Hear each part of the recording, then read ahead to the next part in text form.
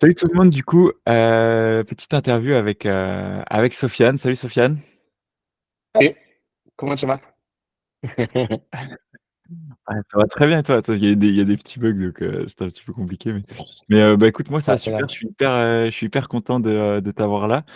Pour la petite histoire, moi j'ai rencontré Sofiane, à un salon qui réunissait pas mal de prépa physique et en fait il a animé un workshop que j'ai trouvé vraiment cool et je pense que c'est un intervenant qui peut vraiment, pas mal vous apporter donc heu, donc voilà. Est-ce que pour commencer, tu pourrais te présenter un peu pour ceux qui te connaissent pas? Oui, bon, je pense qu'il y a beaucoup plus de personnes qui me connaissent pas que de personnes qui me connaissent. Je m'appelle Sofiane Batiki. Je suis originaire de la région parisienne, mais actuellement, je suis sur Annecy, donc en Haute-Savoie, pas très loin de la Suisse. Et principalement, j'œuvre dans le foot de manière globale et dans la préparation physique depuis une quinzaine d'années. Et j'officie actuellement en tant que préparateur physique des équipes de France de ski freestyle, notamment le ski de boss. Et je suis également formateur pour des centres de formation sur Annecy et sur Paris, un que je coordonne et l'autre où je suis simplement intervenant, ce qui est déjà pas mal. Et j'ai aussi un service de consulting, de mentorat et aussi de coaching à distance, un peu. Voilà. OK, OK, trop cool, parfait et du coup tu nous as parlé, d'intervention, dans la préparation physique. Ouais. C'est quoi un peu, ton parcours, pour arriver jusque-là? J'ai Comment un comment parcours ça s'est fait? académique relativement normal avec des formations. J'ai passé un brevet, un BPGEPS à l'époque. OK. C'est la première chose que j'ai fait. Et ensuite, j'ai enchaîné sur différents diplômes universitaires. Euh, j'avais, euh, J'étais en STAPS comme tout le monde, licence, tout ça. Et puis à l'époque, j'étais footballeur à l'époque, donc j'ai eu du mal à concilier un petit peu les deux. J'ai joué à un petit niveau en France, voilà, le parcours normal de jeunes qui vont en centre de formation et qui commencent à jouer un petit peu, mais qui ne fait pas le cut. Et, euh, et donc voilà, quand je me suis repositionné dans ma nouvelle carrière, j'ai décidé d'être dans l'accompagnement. Et, euh, et donc bah j'ai trouvé, en tout cas j'ai cherché les solutions les plus pragmatiques pour moi à l'époque, et c'était vraiment d'avoir quelque chose qui était plus tourné vers la professionnalisation, parce que j'avais cette problématique aussi de temps et d'argent à l'époque. Et finalement, je me suis mis sur cette filière BP qui m'a finalement introduit dans le fitness pour commencer. Donc, je me suis retrouvé à faire des cours collectifs, de la musculation un peu sur le plateau pour monsieur et madame tout le monde. Et finalement, ça a été très formateur pour le professionnel que je suis devenu maintenant. Et c'est quelque chose que j'exhorte un petit peu les jeunes coachs à faire. C'est-à-dire que bah, aujourd'hui, le professionnalisme, c'est le haut de la pyramide. Et le haut de la pyramide, bah, c'est pas pour tout le monde, en tout cas dans un premier temps. Et finalement, faire ses armes, bah, ça passe par aussi travailler avec monsieur et madame tout le monde, comprendre un petit peu, travailler avec la population générale. Et c'est vrai que quand on parle avec des gens qui sont encore à l'école ou qui ont des velléités un petit peu d'être dans ce système, parce que ça reste un système quand même. On entend Ouais. souvent, tu as dû en croiser aussi, moi, je vais travailler avec des sportifs de haut niveau, je vais préparer les Jeux Olympiques, je veux ci, je veux ça. Oui, oui, il faut le garder, hein, et c'est quand même, c'est un leitmotiv qui doit rester là et qui doit être latent. Mais à un moment donné, il faut se dire que bah il y a aucune, à mon humble avis, il y a aucune structure professionnelle qui va aller chercher un petit jeune qui sort de l'école, quand bien même il est très bon. On va lui laisser se faire un peu les dents, un peu se faire les armes, et finalement, on se rend compte que bah, travailler avec des personnes, que ça soit dans des clubs sportifs, que ça soit dans des associations sportives, etc., à moindre niveau, ça permet de Mmh. développer des skills que peut-être on n'a pas le temps de développer au haut niveau. Et finalement, ça sera toujours un game changer quand tu arriveras où tu auras la possibilité de, tu auras déjà travaillé avec peu de matériel, avec des gens qui n'ont pas forcément un haut niveau. Et finalement, ce que tu vas mettre en place, ça sans doute si, si pas autant pertinent, voire plus pertinent que ce qu'on fait au niveau avec des gens qui sont déjà très armés, avec des budgets qui sont pas les mêmes, avec des mises à disposition des athlètes qui sont pas les mêmes. Mmh. Moi, comme j'ai l'habitude de dire, j'ai beaucoup plus de facilité à coacher maintenant des sportifs qui vont faire les Jeux Olympiques, enfin, qui sont des sportifs de très haut niveau, que à l'époque, quand je coachais, des gens du tout venant qui avaient des grosses problématiques d'emploi du temps, des problématiques de budget, des problématiques, enfin, beaucoup de problématiques, quoi. Ouais. OK, trop cool, hyper intéressant. Pour terminer cette petite partie, présentation, hem, on va faire une sorte de petit jeu. L'idée, c'est que je te pose une question et tu donnes une réponse en réfléchissant le moins possible. OK? Ok, pas de souci. Ça te va? OK, parfait. Donc là, on t'a découvert un petit peu aussi, sous l'aspect, pro, prépa physique. Là, tu vas voir, j'ai fait un petit mix des 2. On reste quand même plutôt centré Pas de sur le souci. sport, mais c'est cool que les gens, découvrent un peu aussi, ta personnalité, Très bien. via ça. 1re question, si tu ne pouvais manger qu'un seul aliment toute ta vie, qu'est-ce que ce serait? Des pâtes. Des pâtes? Mm. Pour continuer. Ouais. OK. C'est à peu près ce que L'exo je fais déjà. ouais, on est un peu tous dans le même bateau, j'ai l'impression. L'exo de muscu que tu détestes le plus faire? Je me suis que je déteste le plus faire. J'aime tout, putain. Euh, Soulevé de terre. Soulevé de terre, OK. Ouais, La qualité physique la plus importante selon toi? force. Ta plus grande qualité en tant que préparateur physique?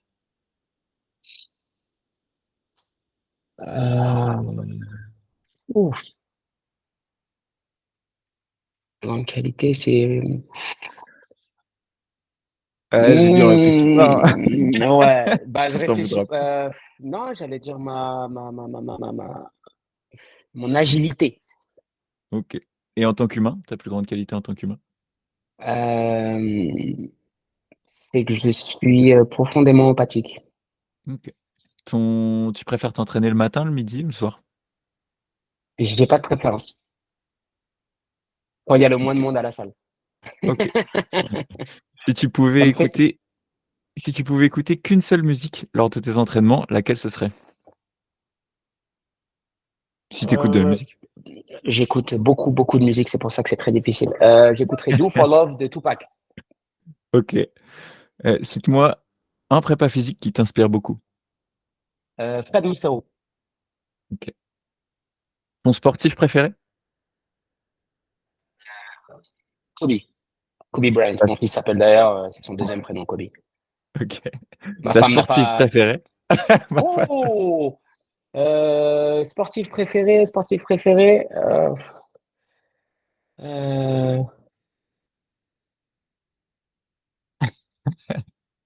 Marie-Josée Pérec. OK. C'est dans quelle discipline? C'est de l'athlé, ça, C'est non? une. Ouais, c'est de Ouais. l'athlé. En fait, parce que elle a tout gagné et mes premiers JO que j'ai vraiment suivis, c'était 96 et il y avait Michael Johnson et elle et c'était très solide. OK, excellent. Est-ce que est-ce que tu as un petit surnom? Soso. Soso? OK. Et dernière Ouais. question, celle-là, tu as le droit de réfléchir un petit peu plus. Si tu devais, là, demain, tu as l'occasion de partager un repas avec 3 personnalités mortes ou vivantes. Quand on dit Mmh, personnalité, ça peut être des sportifs, ça peut être des acteurs, ça peut être n'importe quoi. 3 mmh, célébrités, mortes ou vivantes autour d'un repas, mmh. tu prendrais qui et pourquoi? Je vais commencer avec la personne la plus importante dans ma vie et qui n'est plus là, ma maman, OK, que j'aimerais bien revoir forcément pour le fait qu'elle soit ma maman et que ça fait une petite dizaine d'années qu'elle n'est plus de ce monde. OK, Euh, pour qu'elle puisse voir ce que je suis en train de faire actuellement parce que je fais ce que je lui avais dit que j'allais faire. ouais. Et Kobe, Kobe et Michael Jackson. Ah, le repas de fou. Voilà, un repas de malade, un repas de malade. Et je pense que celle qui serait la plus intéressante, ça serait ma maman dans toute cette histoire. Ah, c'est génial, c'est beau. Mais non, Kobe parce que c'est un athlète que j'admirais et que j'admire toujours pour son éthique de travail, pour ce qu'il représente et puis pour le fait que finalement quand on est jeune noir en France, je Mmh, m'écoute mais je suis réellement noir, mmh, on n'avait pas réellement, j'ai presque 40 ans donc à l'époque on n'avait pas tant de représentation que ça et ouais, finalement nos représentations un peu comme aujourd'hui, hein, aujourd'hui les représentations que les jeunes noirs ou arabes ont ce sont soit des sportifs soit des rappeurs Et finalement, ça n'a pas beaucoup changé en Ouais. 40 ans. Et, Ouais, c'est vrai. et donc, ouais, c'était quelqu'un, voilà, c'était quelqu'un vers qui on se tournait, pas pour son côté travailleur, parce qu'à l'époque, quand il était en carrière, on nous en parlait pas de ça. C'était juste pour les highlights qu'il faisait et que c'était un Ouais. beau gosse et que ça allait bien et que nous, ça nous parlait. Puis finalement, en grandissant, on a commencé à s'intéresser un petit peu au personnage et voir un petit peu tout ce qui se cachait derrière tous ces highlights. Ouais. J'aurais pu dire Michael Jordan aussi parce que, comme tout le monde, j'ai eu des cassettes et des trucs et des machins. Ouais. Mais sur ces dernières années, oui, Kobe, parce que bah, toute son histoire, tout, je pense qu'il avait encore des choses à apporter malgré cette mort précoce. Et puis Michael Jackson, parce que c'est Michael Jackson, King of Pop. King Ouais. of Pop, les vraies choses. OK, OK, trop cool. Bah, je pense qu'on a un petit peu enfin, on a une vision un petit peu plus, périphérique, même si, c'est pas tout. Hem, Mais Qu'est-ce c'est cool qui a parce qu'on f m'a jamais posé ce genre de questions. ah ouais? Bah, trop cool alors, Ouais, c'est content. cool. Bah, oui, je pense que enfin, que c moi, je trouve que c'est important de voir, bah, l'humain qu'il y a aussi derrière, quoi, parce que bon, C'est le plus important, je pense même. ouais, on est d'accord. Hem, est-ce que tu peux, nous expliquer un peu, comment, c'est quoi le la porte d'entrée du sport dans ta vie, toi? À partir de quel moment, ça commence? Est-ce que c'est quelque chose de logique? Est-ce que, Ouais. Très, très logique parce que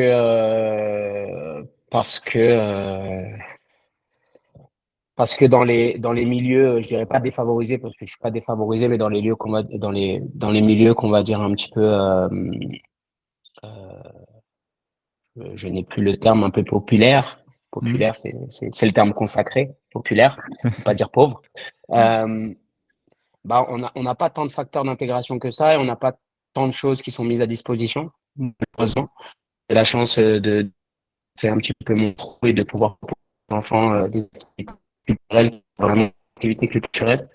Euh, Nous, on a eu droit à tous les programmes qui bon gré mal gré, avaient été mis en place. Et finalement, bah, on se rend compte qu'il y avait et de la culture et du sport. Et finalement, bah, on se rend compte que plusieurs années après, ce sont toujours les vecteurs d'intégration qui sont les mêmes, le sport et la culture, de manière différente, mais ça reste de la culture plutôt tournée vers l'entertainment, tu sais, on te fait faire du théâtre, on te fait faire du ci, c'est pas de la culture ça reste de la culture, mais c'est pas la culture dans tout ce qu'elle a de noble.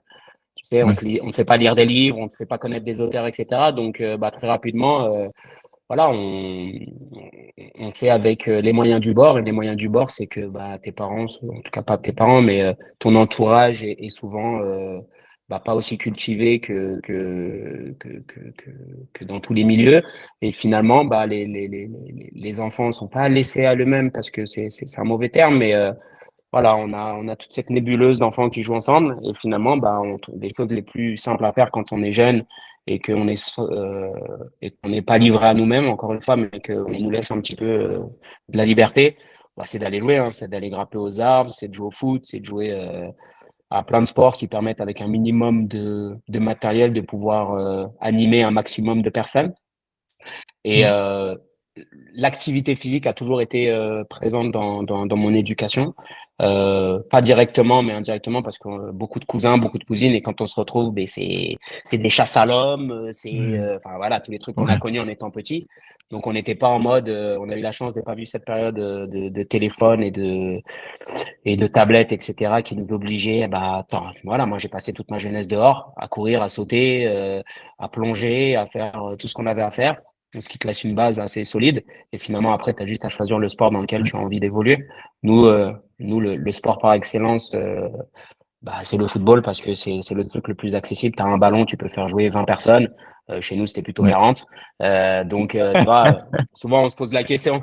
Souvent, on se pose la question pourquoi dans les quartiers un peu populaires, le football est aussi prédominant. Bah, en fait, c'est le football chez nous, mais c'est le basket aux États-Unis, c'est le hockey au Canada, c'est courir au Kenya. Bah, on te propose la chose la plus simple et qui est aussi ouais, culturellement la plus mise en avant.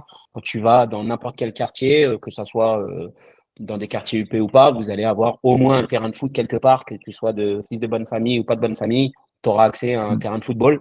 Un ballon, ça te permet, comme je te dis, d'animer 20, 30, 40 personnes, si c'est plus, faire des petits tournois, etc. Donc on se retrouve vite à jouer autour de ça. Donc je te dirais, pour mettre un point final à ta question, euh, J'ai été sportif depuis que je suis né, je pense.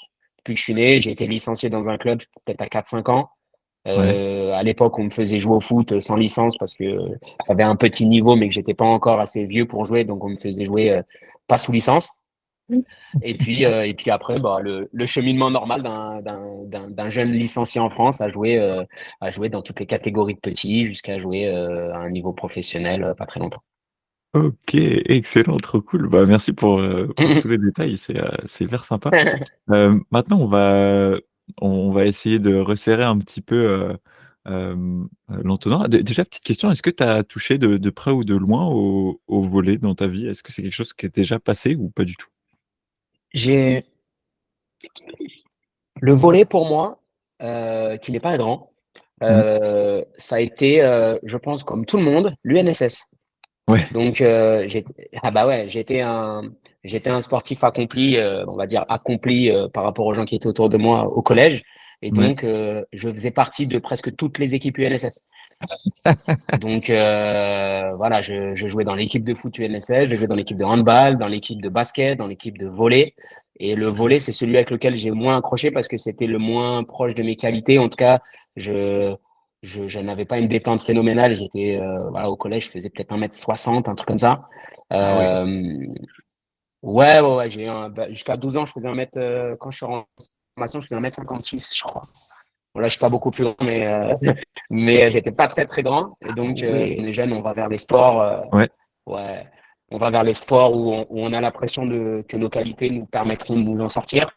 Et finalement, on est tourné ouais. vers le foot que d'autres activités. Mais je l'ai fait ouais, en UNSS. Tout le monde, hein, je pense que les premières fois où on a joué au volley, la plupart d'entre nous, c'était à l'école. Hein. Ouais. Ouais, bah, moi, c'était comme ça aussi, hein. Moi, c'était vraiment comme ça. OK. Hem, Est-ce que, D'où l'importance d'avoir des ouais. bons. Tu m'entends? Ouais, je t'entends. C'est juste il y a eu un petit décalage, je crois que ça a buggé un Ouais, petit peu. ça Je bloque un m'étais petit peu. arrêté à d'où Ouais. l'importance d'avoir Ouais. des bons. Des bons intervenants dès le départ. Parce que finalement, c'est eux qui te donnent la fibre. Hein. Souvent, on a des enfants qui se retrouvent à choisir un sport par dépit on va dire, se départir d'un sport qu'ils aiment parce que les intervenants qu'ils ont eus n'étaient peut-être pas top au tout départ. Donc, bah, au collège, après, on a souvent soit des profs en fin de carrière ou des profs qui sont un petit peu submergés par tout ce qui se passe autour, alors qu'ils ont voilà, ils ont un rôle très important dans le futur sportif bah, de tous les citoyens que les enfants qui passent entre leurs pattes vont être. Et on se rend compte que bah, des fois, on rend pas accessible, on rend pas fun une activité qui l'est grandement. Mmh. Ouais, c'est vrai. Et C'est pour vrai, finir avec le je volley, suis 100 d'accord. j'en fais faire Ouais. à mes athlètes. Ah On en cool! fait, ouais. Dans quel, Ouais. dans Bah, on quel en fait dans quelle thématique? dans quel Nous, but? on travaille beaucoup tout Je ce qui est saut. Ah oui, Bah, OK. on a des semaines qui ont allez, entre 10 et 14 séances. Et Mmh. donc, bah, fin de semaine, il se peut des fois que bah, on mette soit un petit sport collectif, que ça soit du foot, du handball, etc. Mais moi, j'aime bien utiliser le volley parce que bah, déjà, ils accrochent bien avec, ils ont cette notion de saut qui est inhérente à notre pratique, qu'ils aiment bien Mmh. remettre en situation. Alors, c'est du volleyball pour les nuls, hein. Ouais, Mais quand même, il y a des déplacements latéraux. Il y a, alors techniquement, c'est catastrophique, mais il y a des sauts, il y a des blocs, il y a des déplacements, il y a de la coordination, il y a de l'agilité. Donc, c'est un sport qui me semble mmh. être relativement complet. Et en plus, il n'y a pas de contact. Normalement, c'est censé ne pas y avoir de contact. Nous, ça arrive, mais Ouais. mais voilà pourquoi on l'utilise. OK et du coup, ça de ce que je comprends là, ça t'arrive d'utiliser la pratique, de sports différents dans un but Hmm. de préparation, physique athlétique, pour tes athlètes? Il faut se dire qu'on a un facteur qui vient et qui peut interférer dans le principe d'adhérence, c'est la monotonie. C'est-à-dire qu'à un moment donné, ouais, faire toutes les séances pareil, à sauter sur un tartan, oui, c'est cool. Mais à un moment donné, bah, si j'ai envie de vous faire sauter sans vous dire que j'ai envie de vous faire sauter, venez, on va faire du volley, vous allez sauter, quoi. Alors, c'est plus difficile à monitorer parce que bon, Ouais. c'est pas le nombre de sauts qu'on a fait individuellement, etc. Mais l'un dans l'autre, bah, on a un moment fun, on a un moment où l'équipe se resserre un petit peu, on a un moment un petit peu de compétition, et puis on a un moment où un petit peu hors du temps où bon, on est on est dans de la prep sans être dans de la prep. OK, ouais, c'est hyper cool. J'adore cette vision que tu as, de sortir un petit peu de toutes ces métriques qui nous matrixent un petit peu, de toutes ces choses qui font que tant pour les athlètes que pour nous, des fois c'est un peu, enfin, on s'arrache un peu les cheveux, et je trouve ça cool, tu as l'air de bon, ça colle avec ce que tu as dit au début, hein, ton rapport à l'humain, est, est vraiment cool, je pense, et je pense que c'est vraiment un truc qui fait vraiment ta force, donc hyper intéressant. En tout cas, merci d'avoir partagé ça, dans le contexte de, toi, qui débute avec, monsieur, madame, tout le monde comme tu disais, et dans un second temps, dans toi avec un public, d'athlètes, dans un cadre de préparation physique lié au haut niveau. Donc quels Ok. ont été les obstacles et les difficultés que tu as rencontrés quand tu as commencé à être sur le terrain? J'ai eu la chance que la communication ne soit pas un problème dans mes jeunes années. Et je dis la chance parce que maintenant j'œuvre en tant que coach et je me rends compte que la plus grande difficulté que un animateur, un éducateur va avoir, c'est de faire passer ses idées de manière simple, claire et de pouvoir entrer en contact avec les individus. Et finalement, tu peux avoir la meilleure programmation sur le papier. Si aujourd'hui tu n'es pas Mmh. capable de l'animer parce que tu n'es pas capable de rentrer en interaction avec les gens, c'est compliqué. Donc, je dirais que la communication, tu vois, je pourrais revenir et faire une digression sur ce que tu m'as demandé tout à l'heure. Quel est ton point fort? C'était la communication. La communication directe, indirecte, verbale, non verbale, de manière à ce que quand j'ai quelque chose à faire passer comme information, j'arrive à trouver les différents canaux. Il y en a, ça va être verbal, il y en a, ça va être un regard, il y en a, ça va être, mais j'arrive à faire comprendre ce dont j'ai besoin à quelqu'un. Tu as pu le voir un petit peu quand on a fait notre petit workshop à Nevers. Ouais. Euh, Ma manière d'interagir avec les gens, elle est de ce que je perçois, de ce que je ressens. Avec certains, ça va être des sourires. Avec d'autres, ça va être juste un petit mot. Avec d'autres, ça va être te faire rigoler un petit peu. Mais essayer d'arriver à trouver les meilleurs canaux de communication pour certains. Et je pense que d'avoir toute ma jeunesse été en communauté, notamment dans les centres de formation, et de connaître un peu la hiérarchie d'un groupe et de savoir un peu comment ça se positionne, m'a donné beaucoup de billes par rapport à cette intelligence, on va dire, euh, émotionnelle dont tu as besoin lorsque tu commences. Et puis, je dirais, le gros truc, c'est qu'il y a beaucoup trop d'informations quand tu commences. Il y a beaucoup trop d'informations et c'est difficile de se faire une idée de qu'est-ce que moi je vais être en tant que coach. Donc, tu essayes un petit peu de tout et au départ, bah, essayer un peu de tout, c'est essayer un peu de rien, quoi. Oui. Oui, c'est vrai. Mm. D'où la nécessité pour, certaines personnes, de se nicher plus ou moins, sur certaines, Ouais, problématiques. il y a ceux qui, c'est bien de se nicher sur certaines problématiques. Ça te permet de faire le tour du sujet avant d'aller. Moi, j'ai pas de problème quand j'ai des gens qui se nichent et qui changent de niche. D'accord? Ouais, Une fois qu'ils ont trouvé et qu'ils ont dit qu'ils ont fait le tour de leur recherche, qu'ils ont fait le tour de j'ai mis en place certaines choses. Mais aujourd'hui, sur des nichettes. Ça veut dire, je vais être dans une niche pendant un mois ou deux, et puis, je vois que c'est difficile, vas-y, je vais changer de niche. Ça, c'est pas des niches, ouais, c'était une branche sur laquelle tu non, t'es accroché. Donc, si tu fais le tour, si tu fais le tour de tout ce qu'on dit dans ce que tu prêches, tu vas voir que tu n'auras pas assez d'une vie pour voir tout ce qu'on dit. ouais, Euh, et puis, il faut aussi avoir le matériel nécessaire. Quand je parle de matériel, c'est matériel humain. Il y a des gens qui vont se nicher quelque part ou bah, dans l'endroit où ils se trouvent ou dans le public qu'ils veulent, bah, il n'existe pas. Si ouais, aujourd'hui, je veux être très, très niché sur une problématique qui va toucher 0,0000001% de la population, bah, je peux ouais, avoir le bon message, mais toucher personne. Donc, je dirais que c'est comme la pyramide. Normalement, on devrait commencer tous avec du généralisme en disant, bah, écoute, j'essaye de voir un peu tout ce qui se fait. Et finalement, en ayant touché un petit peu à tout, je suis capable, à minima, de savoir ce que j'aime pas faire et à max ce qui vraiment m'exalte et ce que j'ai vraiment envie de faire. Parce qu'on trouve beaucoup de gens, notamment en formation, qui, avant de rentrer en formation, ont une idée claire d'après eux de ce qu'ils veulent faire.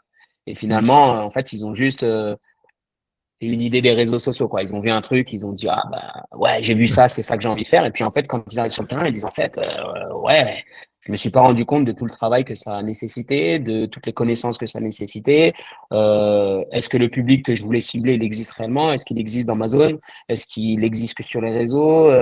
Et puis entre tous ceux qui te mentent sur les réseaux et tous ceux qui montrent des trucs qui n'existent pas, à un moment donné, tu peux vite te faire une image qui est biaisée de tout ce qui se passe. Mmh. Carrément, carrément.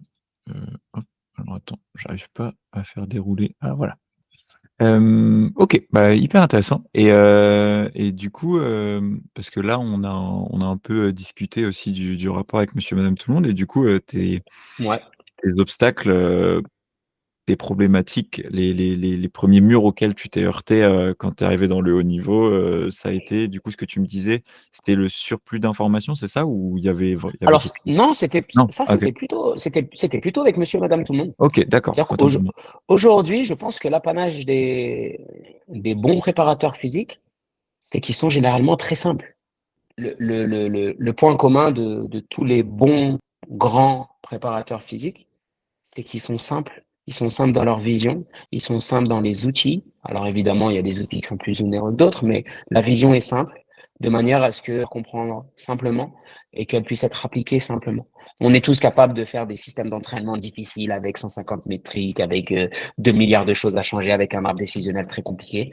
Et puis finalement, tu te rends compte que ceux qui ont du résultat sur le long terme, c'est des gens qui arrivent à créer un système, qu'ils arrivent à faire pérenniser le plus longtemps possible. Et généralement, la pérennité, elle va venir du fait que ça soit simple à tenir. Si à un moment donné, j'ai 150 000 trucs pour faire une tâche, c'est compliqué. C'est compliqué pour toi, c'est compliqué pour tes collaborateurs, c'est compliqué pour les athlètes. Par contre, si tu as, voilà, il y a le fameux KISS, Keep it simply stupid.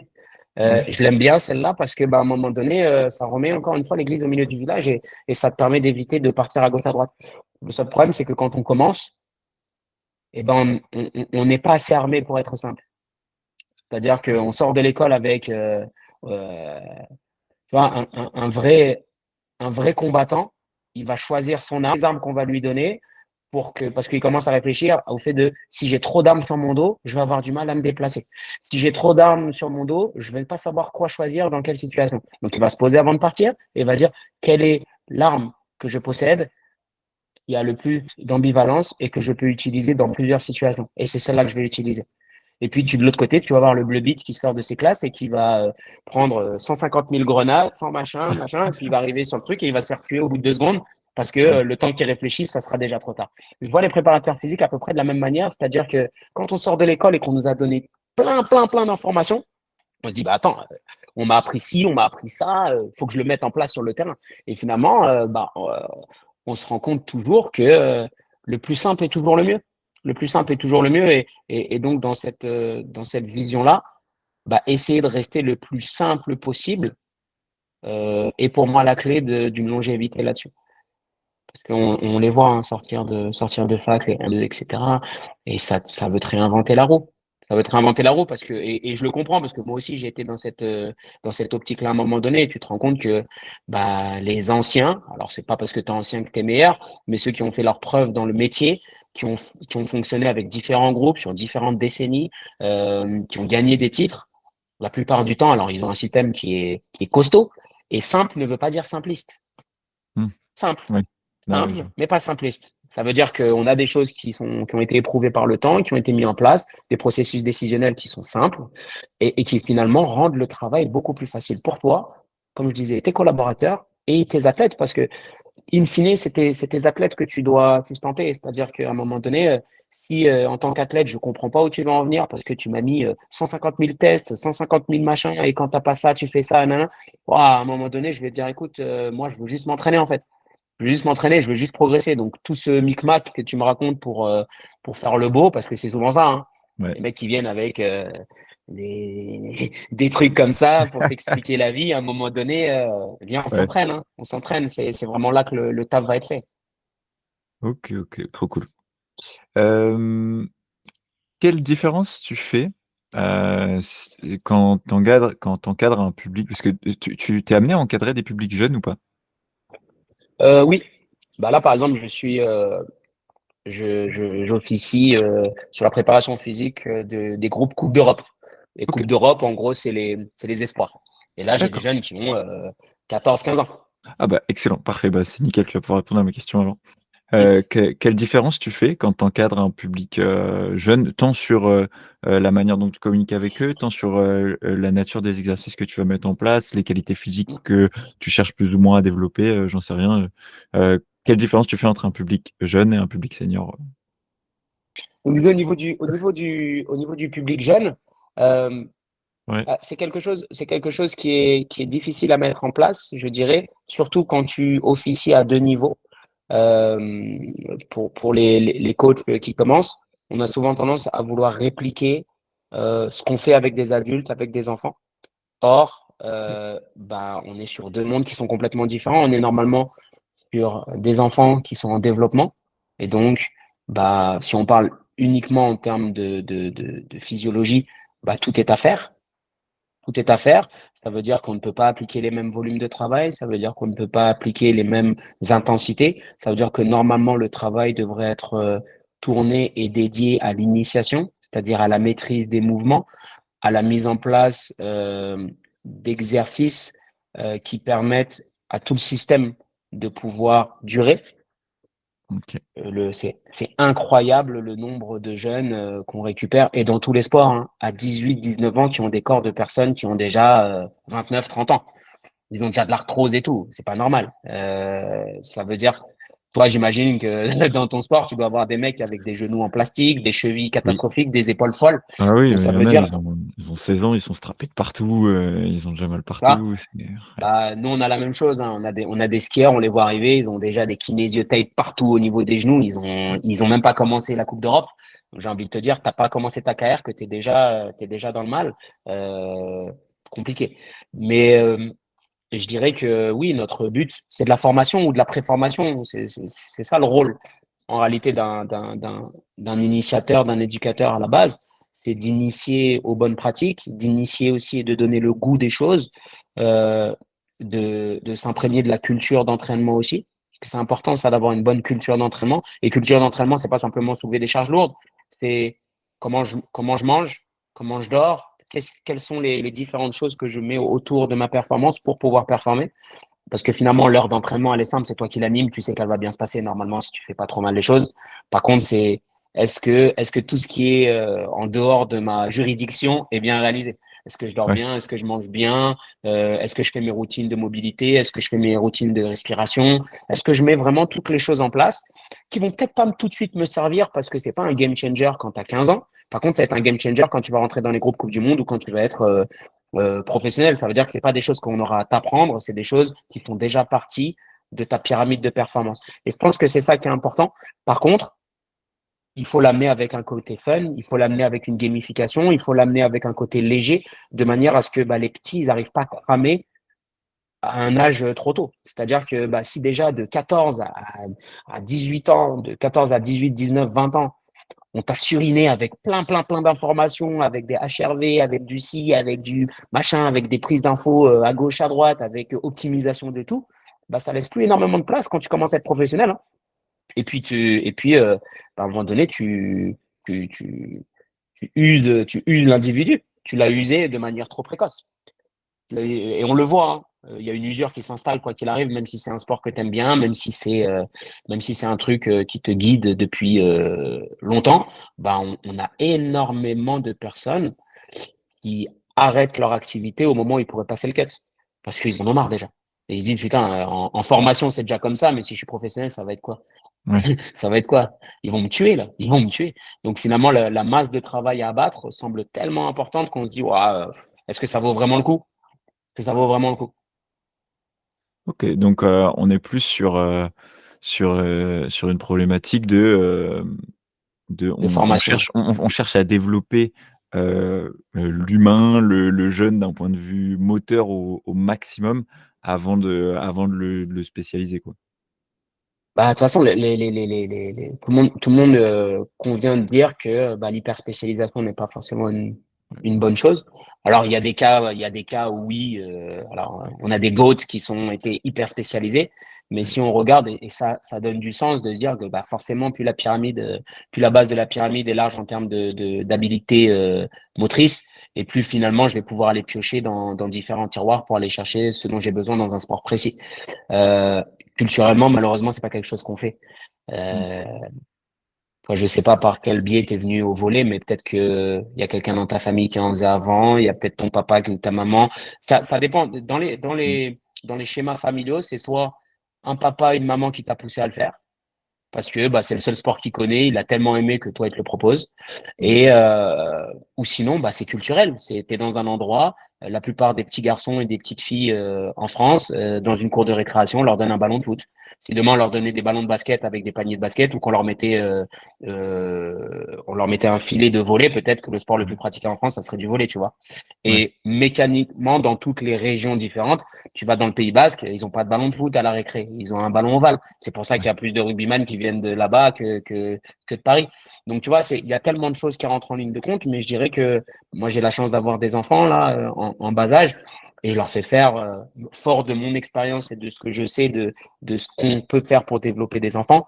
Je suis footballeur dans l'âme, j'aime le football, mon fils aime le football, mais on ne fait pas que ça serait pas l'aider de le mettre. Et il est très bon là-dedans, mais aujourd'hui, bah, on fait du tennis, on fait de la course d'orientation, on fait du hiking, on fait de l'escalade parce que l'endroit où je me trouve s'y prête, on fait de la natation, mais finalement, bah, c'est un grand service que je lui fais là.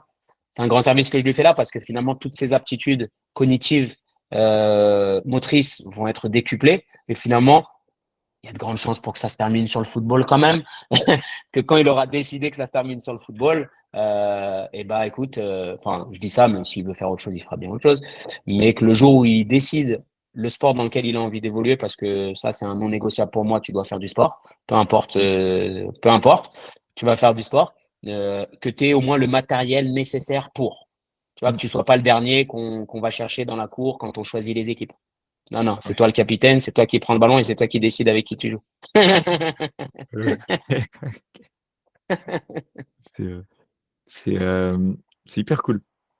Ça, je le dis souvent, mais je le pense. C'est pas parce que, je le dis souvent que je le Il pense n'y a pas. pas de souci. Il y a pas de souci. Est-ce que, tu une, est-ce que tu penses avoir une philosophie d'entraînement, particulière et si oui, d'où est-ce qu'elle te vient? J'ai une philosophie d'entraînement particulière parce que j'ai la chance aujourd'hui de pouvoir être dans une organisation où je croise beaucoup de coachs, beaucoup de préparateurs physiques. Et donc, on voit, parce que c'est quand même une corporation qui est très. C'est-à-dire que chacun est un artisan qui est dans son coin et qui fait un petit peu ce qu'il a à faire.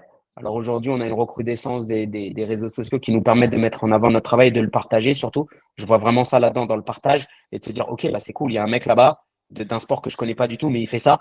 Et on a peut-être finalement, bah, sur le papier, un volleyeur et un skieur ne sont pas du tout dans les mêmes sphères, mais Mmh. finalement, bah, on a des notions d'explosivité, on a des notions de détente. Finalement, je peux aller te voler des trucs, tu vois. Je peux aller te voler des choses. Et finalement, en regardant tout ce qui se passe à gauche, à droite, tu te rends compte que bah, plus tu ouvres ton champ des possibles, plus tu croises de personnes et plus tu entends de choses et plus tu peux te faire ta propre idée des choses. Souvent, on a des savoirs qui nous sont passés soit de manière orale, mais de manière aussi très séculaire, c'est-à-dire que la manière dont on s'entraîne dans le volley, aujourd'hui, elle doit pas être très, très différente de la manière dont on s'entraînait dans le volley il y a 10 ans, il y a 15 ans, il y a 20 ans, il y a 30 ans. À quelque chose près, évidemment, il y a des choses qu'on va utiliser parce que la méthodologie a un petit peu changé et qu'on a possibilité de travailler avec, on va dire, des moyens techniques différents. Mais finalement, on va toujours travailler les mêmes aspects du jeu. On va toujours travailler les mêmes aspects du jeu. Dans le ski, nous, c'est la même chose. Je dirais que personne ne réinvente la roue, hein. Les exercices de musculation, ils ont déjà été inventés. Les méthodologies, elles ont déjà été inventées.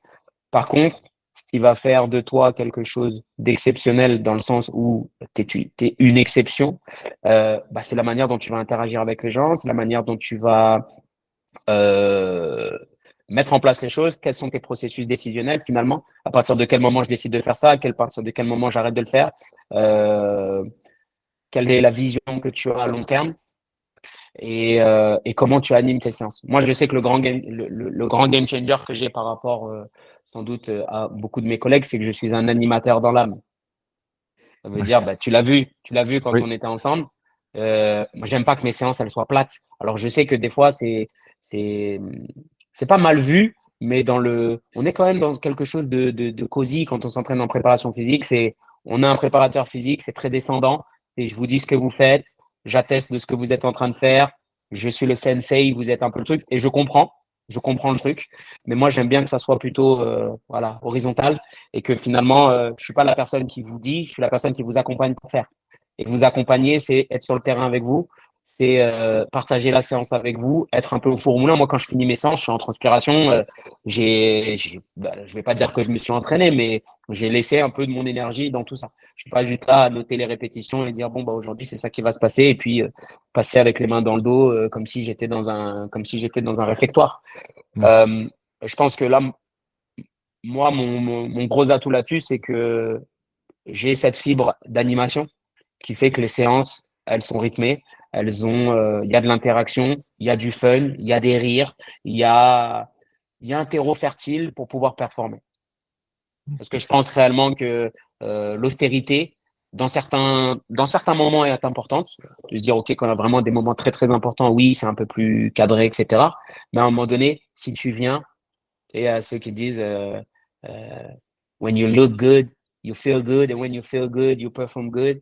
En gros, si tu te sens, si tu es bien habillé, tu te sens bien, et si tu te sens bien, tu vas performer. Moi, j'enlève le t'es bien habillé. Si tu te sens bien, si tu te sens bien, je pense que tu vas pouvoir performer. Donc, si tu arrives et que la première chose que tu as, c'est Sofiane qui te fait sourire un petit peu, que ça crée des interactions avec tout le monde et que tu te sens bien dans le groupe dans lequel tu te trouves, forcément, c'est un terreau qui est plus fertile pour moi pour pouvoir performer. Donc, j'essaye de cultiver ça. J'essaie de cultiver le groupe, j'essaie de cultiver l'échange, j'essaie de cultiver la notion aussi d'effort, de culture de la gagne, de culture de la performance, mais pas la performance pour la performance. La performance dans le partage et dans OK, c'est cool, accompagne-moi, aide-moi, inspire-moi. Tu vois, tout ce truc-là qui fait que bah, finalement, la puissance du groupe, elle est importante aussi. C'est-à-dire que bah, si on est en groupe pour s'entraîner, viens, on utilise la puissance du groupe. Sinon, si c'est te mettre sur son rack à squat et qu'il fasse son truc de son côté, bah, tu sais quoi, je vous envoie vos programmations, vous entraînez de votre côté et puis ça ira bien. Ouais, OK. Hem, est-ce que, tu pourrais, partager une expérience, marquante, pour toi dans ta carrière, que ce soit, avec Monsieur Madame Tout le monde ou dans le sport de haut niveau? Est-ce que tu as une anecdote, un truc, où vraiment ça t'a profondément marqué et que ce soit positif, négatif ou les 2 ou ce que tu veux? J'ai euh, j'ai euh, j'ai la chance d'avoir une athlète. Je l'appelle une athlète, même si on pourrait la mettre dans Monsieur et Madame Tout le monde, mais c'est une athlète et je vais t'expliquer pourquoi. C'est une personne qui m'a fait confiance depuis au moins 5-6 ans, je pense qu'on bosse ensemble. Euh, et c'est une personne que j'ai connue dans le cadre de la salle de sport dans laquelle j'évoluais pendant un moment de ma carrière et qui n'était pas du tout sportive à la base et qui, par la force des choses, a commencé à se mettre au sport, voilà. Et donc je l'ai connue à ce moment-là. Elle est devenue un peu sportive, un peu plus sportive, et malheureusement la maladie l'a touchée. Donc elle a eu un cancer du sein et elle a fait le choix, parce que c'est une battante, elle a fait le choix de continuer à s'entraîner, de continuer à... Voilà, je pense que c'était une période forcément chaotique avec beaucoup de choses qui changeaient dans sa vie, avec des routines voilà, de hôpital, de médicaments, etc. Elle s'est astreinte à s'entraîner, à mettre de l'énergie là-dessus. Alors évidemment, c'était pas les plus grosses séances qu'on avait, mais ça, ça a mis du sens à son parcours de malade qu'elle n'acceptait pas et qui lui permettait aussi bah, de se dire dans tout ce processus chaotique, j'ai quand même quelque chose qui est acté. Je m'entraîne, je continue à m'entraîner, j'arrive à faire certaines choses. Et forcément, il y a eu des moments de doute, il y a eu des moments de, de, de, de rechute, il y a eu des moments de pleurs, des moments de joie. Et ça s'est ponctué à un moment donné. On a eu la chance d'avoir une course qui se passait pas. C'était un 10 km. Et en fait, j'aime bien poser des fois des petits objectifs aux personnes avec qui je travaille. Et son objectif, alors qu'elle n'était pas du tout coureuse, c'était de faire une course à pied. Et donc, elle a un fils qui s'appelle Maxime, qui la soutient énormément dans tous ses combats et dans tout ce qu'elle veut faire. Et Maxime était présent aussi. Et bah, je dirais que moins 10 km, voilà, je le fais en marche arrière, à la vitesse que j'ai envie, pas de souci. Mais j'avais décidé de courir avec elle. Et je lui avais dit, bah écoute, je serai présent. Mais elle avait compris que je serais présent juste là. Non, j'ai pris mes baskets, j'ai pris un dossard et on allait courir ensemble. Et on a couru à trois. On a couru bah, pour elle super doucement parce qu'elle avait pas l'habitude de courir. Et puis pendant tout le truc, elle me disait: «Ah Sofiane, mais je suis pas bien, je suis nul», parce qu'il y avait la voiture balai qui est pas très, très loin derrière nous. Et pendant tout ce truc-là, je me disais: «Mais» enfin, je lui disais: «Tu es toujours meilleur que la personne qui est encore assise sur son canapé. Tu te rends pas compte de ce que tu es en train de faire là. Ce que tu fais, c'est exceptionnel. Tu es en train de» pendant le truc, j'avais un peu les larmes à l'œil parce que, bah, ma maman aussi est partie de ce genre de maladie et j'avais tout ce truc-là et c'était un moment super fort que j'ai vécu avec elle. Elle a vécu son truc dans la fatigue, dans le don de soi et cetera et moi, j'étais tellement content de l'accompagner là-dedans. Et elle, à la fin, elle me disait: «Ah merci, merci, merci», mais en fait, c'est elle, c'est moi qui aurais dû lui dire: «Merci, merci pour ce moment que tu m'as permis de partager avec toi. Merci pour le fait de me faire confiance» et finalement, c'est quelque chose, Hem, bah, pour les gens du commun, finalement, on les sportifs de haut niveau, ça se traduit en médailles, ça se traduit en titres, ça se traduit en argent gagné. Pour le sportif lambda, c'est des émotions, c'est des trajectoires de vie, c'est des accompagnements, qui peuvent vraiment être un gros, gros, gros game changer dans leur vie et je sais que j'ai été cette personne-là pour, Elga, elle s'appelle Elga. J'ai été, cette personne-là pendant un petit moment. Je la vois toujours, hein, on s'entraîne toujours. Elle est en rémission et on en est très content. Mais tu vois, tu sais quand tu sais que ton job, il a du sens. Tu vois, on n'est pas dans perdre du poids, prendre de la masse musculaire, etc. C'est un accompagnement qui est fait pour que la personne arrive à passer un moment qui est très difficile dans sa vie, qu'elle le passe le mieux possible. Et tu sais que tu es une personne importante d'un système bah, finalement qui n'est pas tourné vers la performance, mais qui est tourné vraiment vers OK, il y a quelque chose de terrible qui est en train de m'arriver. Qu'est-ce qu'on met en place? Et finalement, c'était les mêmes processus décisionnels qu'avec avec les gens que j'ai pour aller faire des championnats du monde. Sauf que c'était différent et que là, la finalité était autrement plus importante. Là, il y avait, voilà, pas une question de vie ou mort, mais presque, tu vois. Ouais, putain, c'est cool. Puis, en fait, on dans notre métier, qu'on le veuille ou non, en fait, on passe notre temps à créer des liens avec les gens qu'on encadre. Alors, il y en a certains qui sont plus forts que d'autres, surtout dans le cas que tu évoques là, tu vois? Puis, il y a le fait que, bah, ton histoire fait que, bah, tu étais encore plus touché par ce qui se Tout à fait. passait. Tu nous parlais, d'empathie au début, donc tout ça, ça joue énormément et ton histoire, elle est vraiment cool, elle est belle et puis ça donne beaucoup de sens à ce qu'on fait, au quotidien, je trouve et C'est important de rester empathique. Après, comme je disais, j'avais fait une intervention où on parlait de la distance qu'on devait avoir avec nos clients, que ça mmh soit athlète ou pas, ça reste quand même des clients. ouais, Et je disais qu'il fallait être proche sans être attaché. Parce que quand je dis attaché, c'est l'image de, bah, écoute, si tu es attaché et qu'on a un lien, toi et moi, si tu sautes d'une falaise, je suis obligé de sauter avec toi. mmh, Donc, il faut être assez proche pour pouvoir ressentir et être dans l'empathie totale, mais pas être accroché. Parce que, bah, c'est son histoire, c'est sa vie, c'est ses problèmes.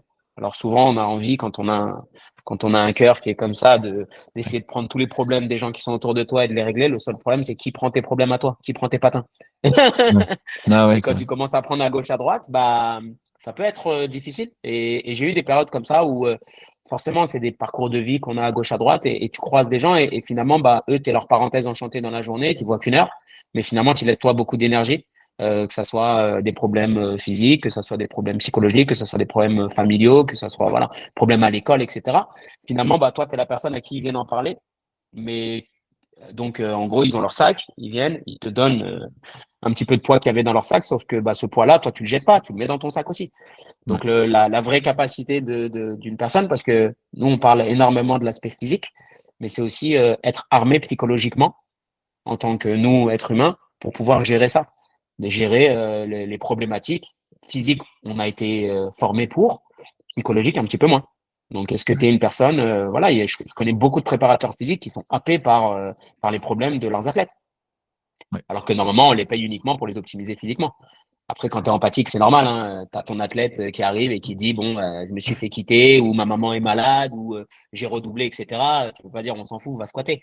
Mais Mmh. à un moment donné, il y a une limite entre prendre tous tes soucis et puis faire preuve d'empathie, comprendre ce qui est en train de se passer, ouvrir la discussion, etc. pour que tu puisses t'en décharger. Mais c'est pas parce que toi, tu te décharges que moi, je dois me charger. Ouais. OK, super, bah, merci pour le partage, de bah, de ton avis et puis de cette super histoire. Maintenant j'ai une question là, ça va s'adresser, on change un peu de sujet. Comment tu peux faire quand si demain tu avais un débutant en face de toi, heu, moi je parle de ce à quoi je suis confronté, mais par exemple, j'ai des jeunes qui ont, voilà 2 entraînements la semaine, un match le week-end et qui ont peur, de se dire: «Ah bah, je vais faire du physique, parce qu'en fait ça va me cramer pour l'entraînement et pour les matchs», mais du coup comment tu pourrais les aider toi? Moi, je suis un fervent croyant que, hem, si, les principes séculaires d'entraînement veulent que on va dans un sens qui est précis, c'est d'abord on administre de la fréquence, ensuite on administre du volume et ensuite on va mettre de l'intensité. Je dirais que le facteur d'intensité, c'est toujours en réalité celui-ci qui est, mis en premier alors que c'est, l'un des derniers qui devait être mis en place. Je dirais qu'aujourd'hui, bah, le principe de fréquence, c'est de s'entraîner le plus souvent possible. Euh, mais il faut être capable de pouvoir aussi regarder bah, quel est le volume que je vais administrer dans cette fréquence-là. Finalement, se dire que parce qu'on a beaucoup d'athlètes qui scindent complètement le travail entre ce qu'ils font sur le terrain et ce qu'ils font dans la salle de musculation. Et, euh, et aujourd'hui, bah, notamment sur des sports sur le volley, par exemple, où on va avoir énormément de sauts réalisés. Il me semble que je crois que les dernières analyses parlaient aller entre 150 et 200 sauts par Mmh. séance en moyenne, ce qui est déjà énorme. Euh, S'entraîner, c'est un processus qui permet de passer d'un état originel à un état souhaité. Ça veut dire qu'il faut se poser la question, si on prend ton sport, se dire, OK, quelles sont finalement les qualités que je dois développer, que je ne peux pas développer sur le terrain. Moi, c'est ça qui m'intéresse en réalité. Parce que aujourd'hui, tu peux me raconter tout ce que tu veux, mais il y a forcément des choses que tu développes sur le terrain qu'on pourrait développer à la salle et vice-versa. Donc moi, quand j'ai des logiques de il me manque du temps, j'ai peur de m'entraîner sur certaines choses, bah, je fais une analyse de mon sport, je fais une analyse de ce qui s'y passe, je me fais une analyse de qu'est-ce que nous, on fait réellement dans les entraînements et est-ce qu'on développe ces choses-là. Si on les développe sur le terrain, si on a des problématiques de temps, je ne vais pas m'amuser à te rajouter de ce travail-là en dehors de ces séances-là. Ça veut dire que bah, si j'ai des problématiques de détente et que je veux faire sauter les gens et que j'ai bah, des gens qui s'entraînent 2 fois par semaine sur du volley et qui ont peut-être une séance à me donner, bah, sur ma séance de volley, je vais pas te faire sauter. Tu as déjà peut-être fait déjà 300 ou 400 sauts depuis le début de la semaine. Par contre, le fait de renforcer ta petite carcasse, ça sera peut-être une bonne chose à faire. Le fait de travailler sur peut-être du travail de mobilité ou du travail de priable, comme on dit, en disant bon bah tu utilises beaucoup cette épaule-là, il va falloir qu'on la renforce de certaines manières dans ses amplitudes, sur du travail excentrique, sur de l'iso, sur voilà toutes les méthodes qu'on connaît qui peuvent nous permettre de renforcer tout ça.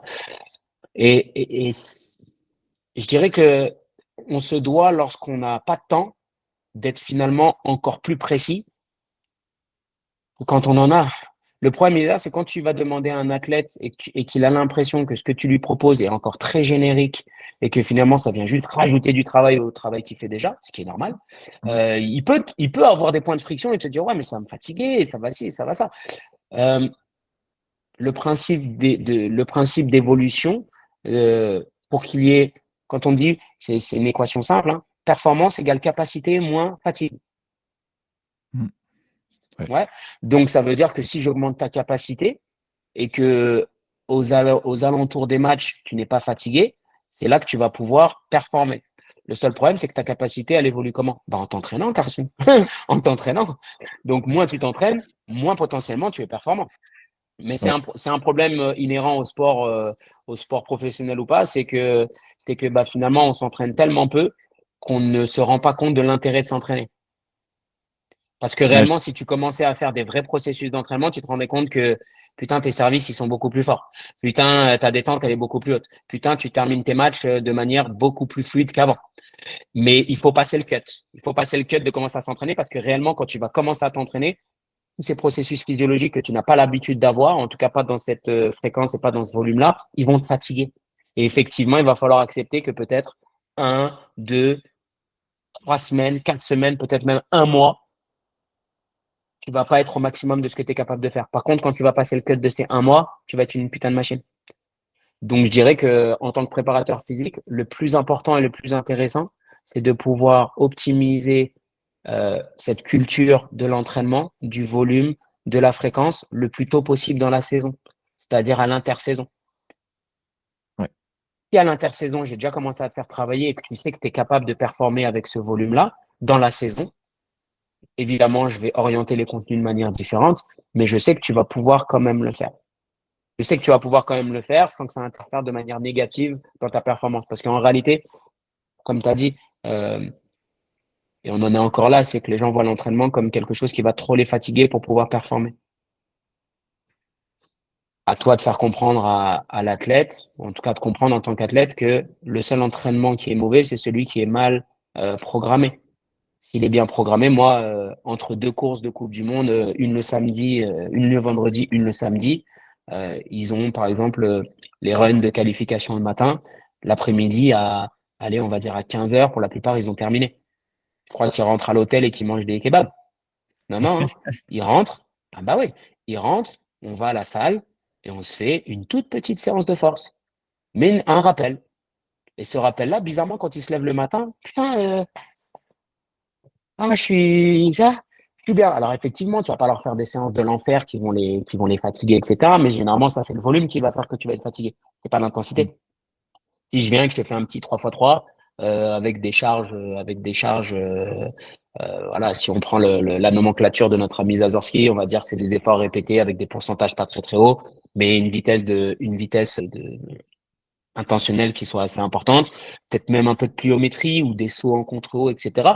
Finalement, le système nerveux, il est sollicité de la bonne manière, avec la bonne intensité et aussi avec le bon volume. Donc, c'est souvent des problèmes de programmation. Parce qu'en réalité, à un moment donné, ça serait aussi ridicule de se dire, bah, tu sais quoi, le jour des matchs, on s'échauffe pas parce que ça nous enlève quand même de l'énergie pour le match. Ça, alors pour l'anecdote, en gros, à un moment, j'avais fait un réel où je dis, 3 manières de te blesser et je commence par, «Surtout ne t'échauffe pas». Mm, Et il y a quelqu'un qui a commenté, qui m'a dit que, c'était pas prouvé que l'échauffement ça servait mm, vraiment à quelque chose. mm. Je Mais me tu suis sais, dit: «Bon, il y a toujours oh». quelqu'un pour prouver, il y a toujours quelqu'un pour Non, prouver mais quelque oui, chose. mais je préfère Et, en rire et ça ah, mais c'est sûr, c'est sûr. Après, c'est pour ça que j'ai beaucoup de recul avec la science. C'est quelque chose qui guide un peu les choix et tout. Mais mmh, entre les papiers qui sont biaisés, ouais, les papiers à qui on fait dire ce qu'on a envie de dire, parce que c'est facile de dire oui, selon machin, en 1800 machin. Déjà, est-ce que tes sources, elles sont pas périmées? ouais, C'est-à-dire qu'aujourd'hui, la science est vraie jusqu'à que quelqu'un dise que c'est faux, qu'il prouve que c'est faux.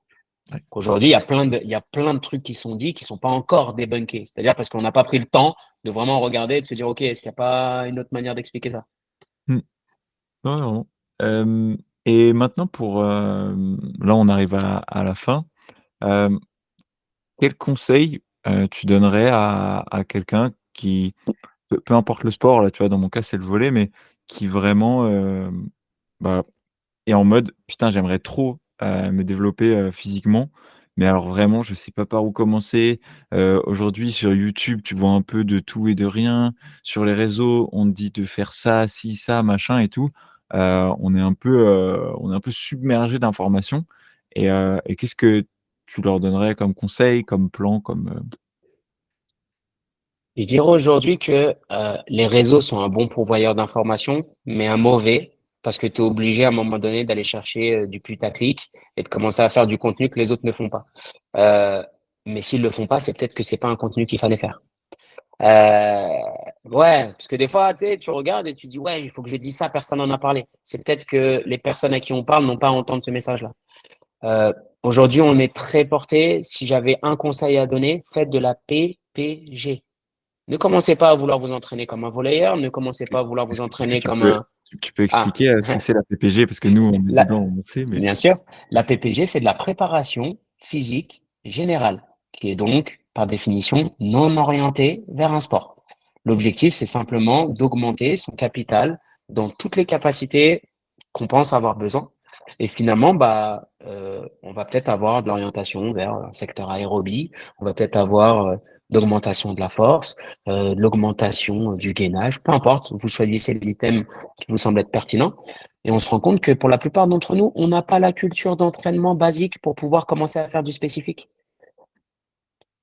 Très très vite, je vais t'entraîner comme quelqu'un qui est... Parce que quand on te regarde le meilleur exercice pour le handball, le meilleur Ah exercice pour oui, le truc, bah, c'est souvent, oui, le meilleur exercice, mais on devrait avoir les petits sous-titres en dessous quand tu as déjà fait toute une préparation physique générale. C'est-à-dire que tous les ouais, prérequis que tu as sont déjà là où ils devraient être pour pouvoir commencer à faire ça. Tu te souviens de l'intervention que j'ai faite sur la pliométrie? ouais, La première chose dont on a parlé, c'est quels sont les prérequis pour commencer à sauter. Parce que c'est bien joli de montrer aux gens sur Internet que tu peux sauter d'une box, puis après arriver au sol et ressauter sur une box. Sauf que ça, c'est fait pour le top 1% des athlètes. On va sans doute commencer par de la plio extensive avec des petits sauts répétés de manière assez volumineuse, de manière à préparer tout le système tendineux, musculaire, etc. Mais si tu viens le premier jour et que tu dis ah bah j'ai vu ça sur Instagram, il y a un mec qui m'a dit que pour développer ma détente, il fallait que je ouais. saute Et tu au-dessus vois de haies qu'ils ont, ouais, à ils ont hauteur des de pieds hanche. hyper faibles, ils ont des, ouais, non, mais oui, oui, oui, je le vois au quotidien dans Il y les, a, il y a pas de gainage, il y a pas de pied, il y a pas de, il y a pas de gestion du bassin, il n'y a pas de gestion des muscles de la colonne. Enfin, tu envoies un mec au carton. Et prends toujours je donne toujours cette image-là. Je dis, imagine, tu arrives, tu vas à l'auto-école, tu fais ta première heure, et puis quand tu sors, on te donne une Ferrari, on te dit, roule. ouais, vraiment. Tu vois, roule, roule. C'est-à-dire que je t'ai pas donné les prérequis de tu sais même pas c'est quoi la pédale d'accélération, tu sais pas c'est quoi la pédale de et on va te donner une Ferrari qui est censée être une voiture difficile à conduire et on va te dire vas-y. Bah, je le vois pareil quand je te dis quand quelqu'un qui n'a jamais fait de la pliométrie, je vois sur sa planification fait plus de 200 sauts par séance, sauts en pliométrie moyenne, c'est-à-dire à peu près à hauteur entre la hauteur de genou et la hauteur de hanche. Oh, c'est déjà quelque chose de difficile ça. Hein. C'est déjà quelque chose de très très Ouais, ouais, difficile. Pourtant, on voit des gens qui programment ça et qui font ça au bout de la première séance qu'ils font. Donc, soyez, arrêtez d'être impatient et voyez tous les bénéfices qu'une PPG, c'est-à-dire quelque chose où on va s'atteler à faire d'abord notre base, soit déjà assez solide. Et vous allez voir que déjà, en vous rendant plus fort, mais de manière globale, savoir soulever plus lourd ou plus longtemps ou plus de répétitions, peu importe, vous serez déjà meilleur dans votre sport. Améliorer votre gainage, améliorer votre vitesse de déplacement, améliorer, et je vous parle pas de vitesse de déplacement sur des pas chassés parce que vous êtes libéraux. Non, non, tranquille. De manière multidirectionnelle, est-ce que vous êtes capable? Et après, on va voir, c'est une fois que j'ai toutes ces capacités-là, je peux les rendre un peu transversales et très spécifiques à mon sport. Mais avant de vouloir faire du spécifique, faisons d'abord du... mm. Bah, super, super, trop, trop cool. Moi, je sais que là, l'échange qu'on vient d'avoir, je suis intimement persuadé que ça va avoir une influence sur mes prochains posts. Parce que c'est vrai que, bah, tu vois, tu as un peu ce truc de moi, je sais qu'un des messages que je reçois le plus, c'est quoi les meilleurs exercices de pliométrie pour sauter Hum, plus haut, Thibaut? Heu, Bah, hum. il y a d'autres choses, en fait, parce que tu vois? Et je sais que des fois, même moi, hein, je tombe un peu, dans ce truc de se dire, bah, donne-leur ce qu'ils veulent, sauf qu'en fait, ce qu'ils veulent, c'est pas forcément ce qu'ils ont besoin pour l'instant. Et je pense passer plus de temps à mettre ça en avant, Après, merci sur du beaucoup pour ça. contenu, il faut mettre, c'est bien de mettre en avant du contenu. Moi aussi, j'en mets, tout le monde en met, Mmh. etc. Mais il faut contextualiser toujours. Ouais, Il faut contextualiser. Ça veut dire que oui, c'est le meilleur exercice quand tu as tel niveau. Ça, c'est le meilleur exercice quand tu commences. Ça, c'est l'exercice, un bon exercice à faire dans la saison quand tu as ce niveau-là. Et ça, c'est exercice plutôt mmh, à faire en pré-saison quand tu as ce niveau-là. Effectivement, si ouais, tu te bases sur le top 1% des gens qui sautent, qui ont une détente sèche de 70 centimètres, bah oui, eux, ils s'entraînent pas comme nous. Ils s'entraînent pas comme nous. Euh, je pense que c'est ça la force d'un bon éducateur, c'est de rendre accessible, comme on parlait tout à l'heure, c'est de rendre accessible mmh, des contenus et qui est pas équivoque. Et que la personne sache pour qui c'est, comment c'est et est-ce qu'elle rentre dans cette catégorie-là. Parce que catégoriser les choses, c'est aussi important de dire, OK, Mmh. bah, si tu es un sportif qui pratique depuis plus de 5 ans et qui a déjà fait au moins un cycle de ci, OK, ça, c'est un bon exercice pour toi. Par contre, si c'est la première fois, si c'est la pliométrie pour les nuls, et ben, on va commencer par faire de la corde à sauter peut-être. Et ça sera déjà une première approche de la pliométrie, parce qu'au niveau tendineux, tu verras que si tu fais ne serait-ce que 5 minutes de vraie corde à sauter, avec des Ouais, temps de contact très très lourds et juste en cheville, tu vas voir que tes mollets vont pas te dire merci. Hein. Ils vont pas te dire merci. ouais, Ouais. Avant de carrément. commencer à vouloir faire des pogos, à vouloir passer au-dessus de et à hauteur de tes genoux en mollet, tu as le temps de voir venir Ouais. OK et bah, là, du coup, on arrive à la fin. à la fin. Aïe, aïe, Est-ce aïe. que est-ce que, 2 petits trucs pour la fin. Le premier, est-ce que tu as des tu est-ce qu'est-ce que c'est, qu'est-ce que ça va être, toi, ton quotidien à l'avenir, là? Est-ce que tu as des projets, des choses qui se préparent, des choses sur lesquelles on peut te retrouver, Je commence à devenir un influenceur. Ah! Non, je me rends compte que c'était quelque chose.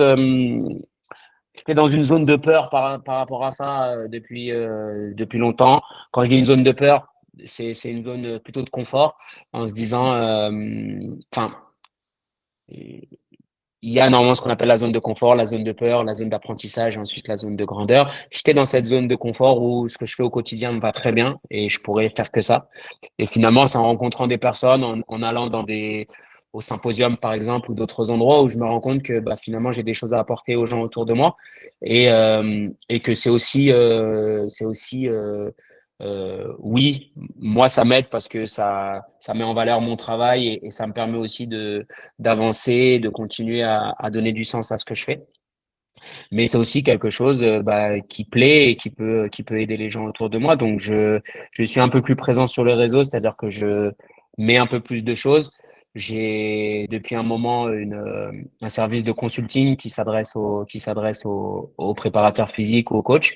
Fort de mon expérience d'une dizaine d'années déjà dans la formation, j'ai une vision assez globale de ce qui se passe, que ça soit pour des personal trainers, parce qu'il y a aussi beaucoup de personnes qui s'interrogent là-dessus, et puis sur des préparateurs physiques. Alors on est sur du mentoring individualisé.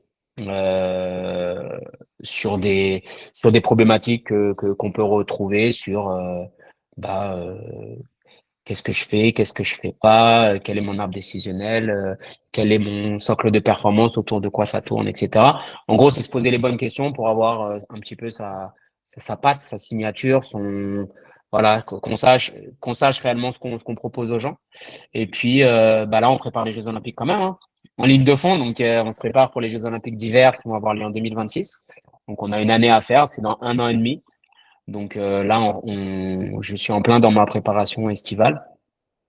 Donc jusqu'à décembre, on est à fond là-dessus. Et puis toujours la formation avec l'organisme que je coordonne sur Annecy. Et puis transfert à Paris j'officie aussi en tant que mentor sur des cohortes pour des BP. Et puis mon service de mentoring là qui décolle pas mal. Donc c'est cool. J'ai de plus en plus de personnes qui m'appellent. Donc voilà, on peut me Super. retrouver sur les réseaux sociaux à Heu, Sofiane tiré du bas BTK. Normalement, je suis dispo. ouais, mais de toute façon, je te mentionnerai de toute façon, que ce soit sur Pas de Insta, souci, YouTube ou quoi, il y aura tous les liens en pas de description souci. et C'est cool.